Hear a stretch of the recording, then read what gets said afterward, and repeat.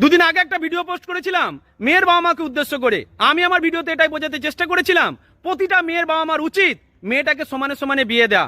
বড়লোক বাড়িতে মেয়েটাকে বিয়ে দিলে যে মেয়েটা ভালো থাকবে তা নয়, বরং বড়লোক বাড়িতে মেয়েটাকে বিয়ে দিলে মেয়ের বাবা মাকে সারা জীবন ধরে অসম্মানিত হতে হবে। সেই ভিডিওটা দেখার পরে শুক্লা দে নামে একজন মা, শুধু ওনাকে মা বললে কম বলা হবে, উনি হয়তো একজন শাশুড়ি মা, আমাকে এই কমেন্টটা করেছেন।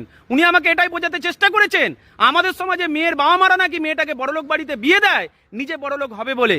মেয়ে জামাইয়ের টাকাতে অনেক বাবা মা নাকি নিজেকে বড়লোক ভাবতে পারে। এই ধারণাটা আপনার সম্পূর্ণ ভুল মা। আজ আপনি শাশুড়ি মা হয়েছেন, কিন্তু একটা সময় আপনিও তো বৌমা ছিলেন।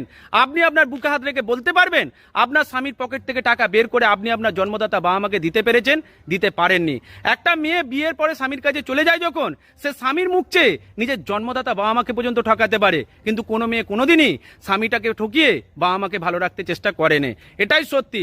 আপনি হয়তো এটা অনেক সময় দেখেছেন যে অনেক জন্মদাতা বাবা মা মেয়ে জামাইকে সুখী দেখবে বলে নিজের শখের জমিটুকু বিক্রি করে দিয়েছে, কিন্তু আপনি এটা কখনোই দেখতে পাবেন না যে জামাইয়ের অর্থনৈতিক কাঠামো ভালো বলে শ্বশুরমশাইকে একটা ঘর বানিয়ে দিয়েছে। সুতরাং এটা প্রমাণিত সত্য যে অনেক মেয়ে জামাইকে ভালো রাখার জন্য আমাদের সমাজে অনেক মেয়ের বাবা মা পথে বসে গেছে, কিন্তু কোনোদিন আপনি এটা দেখতে পাবেন না মেয়ের বাবা মা মেয়ে জামাইয়ের টাকায় খাবে বলে স্বপ্ন দেখেছে। এটাই সত্য। ভালো থাকবেন প্রত্যেকে।